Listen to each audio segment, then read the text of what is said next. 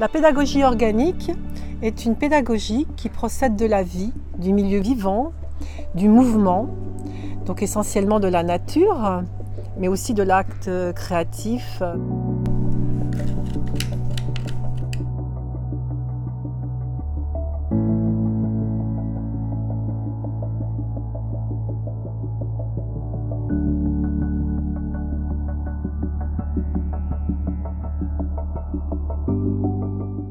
L'enfant, je le conçois au milieu de la nature, en train de toucher la terre, en train d'observer des éléments réalistes.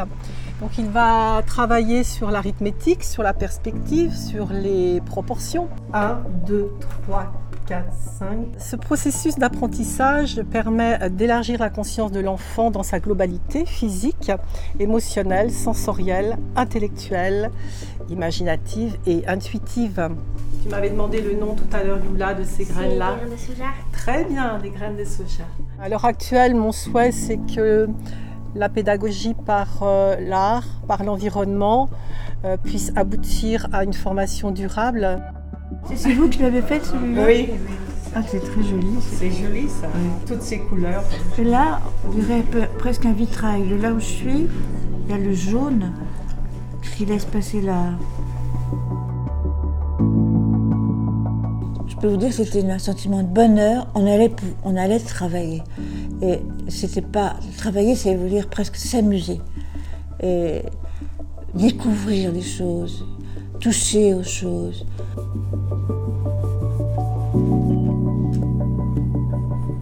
Aujourd'hui, on parle beaucoup de pédagogie sensorielle, organique presque. L'organisme, c'est-à-dire le toucher, le sensoriel. Christine, tout à l'heure, tu me parlais de la découverte des lettres par le toucher. Ah oui. Pour apprendre à écrire, il y avait des lettres qui étaient dessinées et découpées sur du papier émeri et on passait son doigt.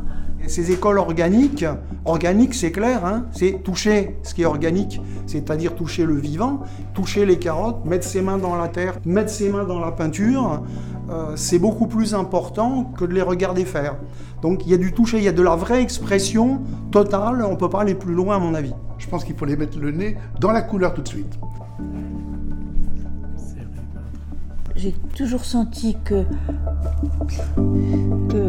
les sensations étaient une chose primordiale pour s'y retrouver dans la vie. J'essaie d'impulser dans les périscolaires les méthodes d'observation, d'étude de la nature, de compréhension de la technique que l'on peut trouver. Tout ce qui est art est indispensable presque parce que les gens ne se ressemblent pas et ils ont tous une force quelque part qu'ils peuvent l'exprimer dans l'art.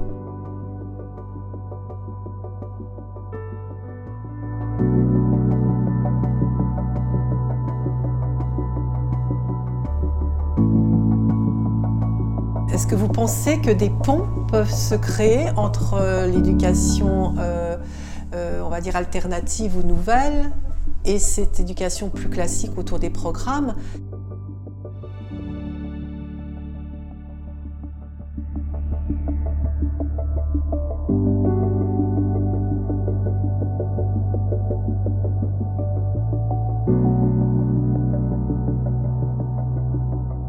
J'ai demandé souvent, écoutant la clameur, d'où venait l'approchant, le doux chant des rameurs.